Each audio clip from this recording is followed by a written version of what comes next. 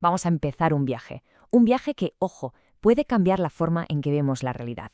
Nos va a llevar de ser meros espectadores del mundo a convertirnos, en cierto modo, en sus co-creadores. Así que preparaos para explorar una idea de las que de verdad te hacen pensar.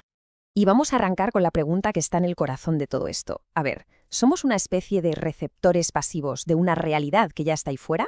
¿O somos participantes activos que de alguna manera la estamos inventando? Quédense con esta idea, porque es la que nos va a guiar.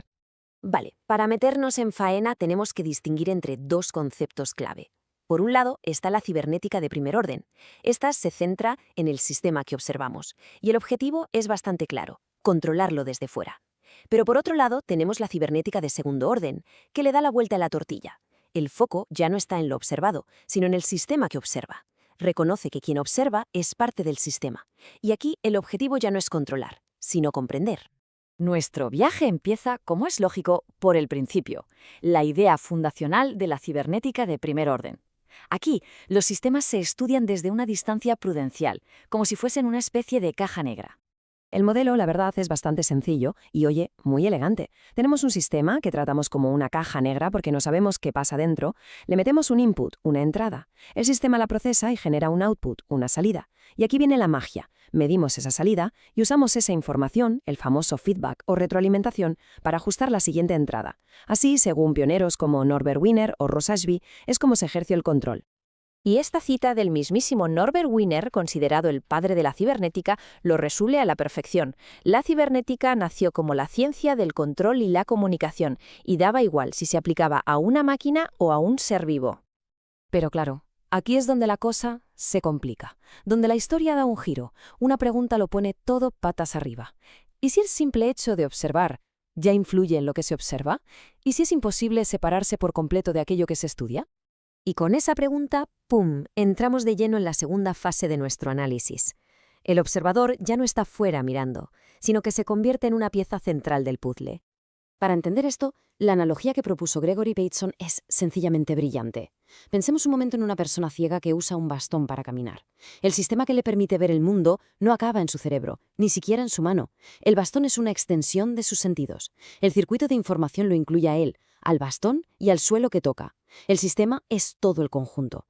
Esto nos lleva a una definición de información que es absolutamente crucial. Para Bateson, la información no son solo datos, es, y cito, una diferencia que hace la diferencia. O sea, es la percepción de un cambio que provoca a su vez otro cambio en el sistema. La mente, por tanto, no es algo que está dentro del cráneo, sino un circuito de mensajes que fluye a través de todo el sistema. Y con todo esto sobre la mesa, llegamos al meollo de la cuestión, al corazón de la cibernética de segundo orden. Un punto en el que ya no solo observamos la realidad, sino que empezamos a entender que participamos en su creación. Fue Heinz von Förster quien le puso nombre, la cibernética de los sistemas que observan. Y en este punto, la idea de un observador objetivo, neutral, imparcial, pues sencillamente se desvanece. Se descubre que somos parte del sistema que describimos y que nuestras descripciones están moldeadas inevitablemente por nuestra propia forma de ser y de percibir. Y aquí viene la frase, la gran revelación de von Förster, que lo cambia todo. Es un giro de guión radical para nuestra comprensión de la realidad. No vemos el mundo tal como es, sino que construimos activamente una versión de él. ¿Vale? ¿Y cómo es posible esto? La idea clave es un concepto llamado clausura operacional. Suena un poco denso, pero imaginemos por un momento que nuestro sistema nervioso no tiene ventanas directas al exterior. En lugar de recibir información, lo que hace es computar una realidad, es decir, genera un mundo coherente a partir de sus propios estados internos, en un bucle cerrado sobre sí mismo que no para nunca. El nombre técnico para estas realidades que se estabilizan es eigenvalue o valor propio. Suena complicado, lo sé, pero pensémoslo así. Los objetos que vemos a nuestro alrededor, como una silla o una mesa, son en realidad patrones que se han estabilizado en nuestra percepción. Son como soluciones recurrentes que nuestro cerebro computa una y otra vez, hasta que se vuelven reales para nosotros. ¿Y la consecuencia de todo esto? Pues la más potente, quizá, es que podemos volver la mirada hacia adentro.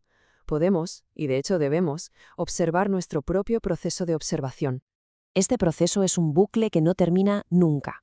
Pensemos, primero, hacemos una distinción, separamos algo del fondo. Después, creamos una descripción de eso que hemos separado. Esa descripción, ese nuevo conocimiento, nos cambia a nosotros. Y como hemos cambiado, ahora vemos el mundo de otra manera y estamos listos para hacer nuevas distinciones. Es un círculo de autoconstrucción constante. Von Foester, de nuevo, lo clavó con esta reflexión. Es que no se puede crear una teoría sobre la mente o la observación sin incluirse en esa misma teoría. Es una necesidad lógica. La autorreferencia es sencillamente inevitable.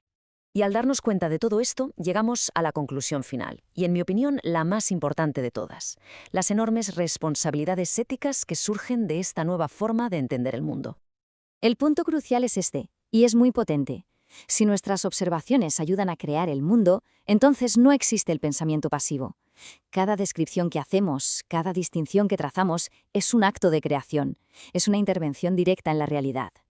El biólogo y filósofo Francisco Varela lo vio con una lucidez increíble.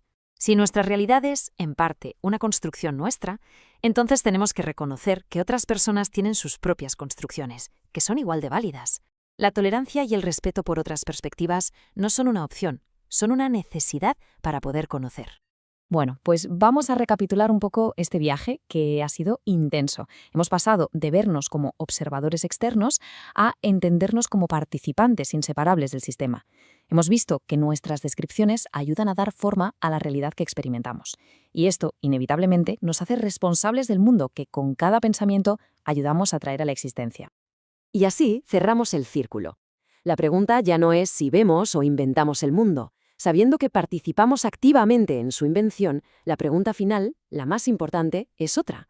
¿Qué clase de observadores elegimos ser? ¿Qué mundo ayudamos a crear con nuestra forma de mirar? La responsabilidad de esa elección, al final, es de cada cual.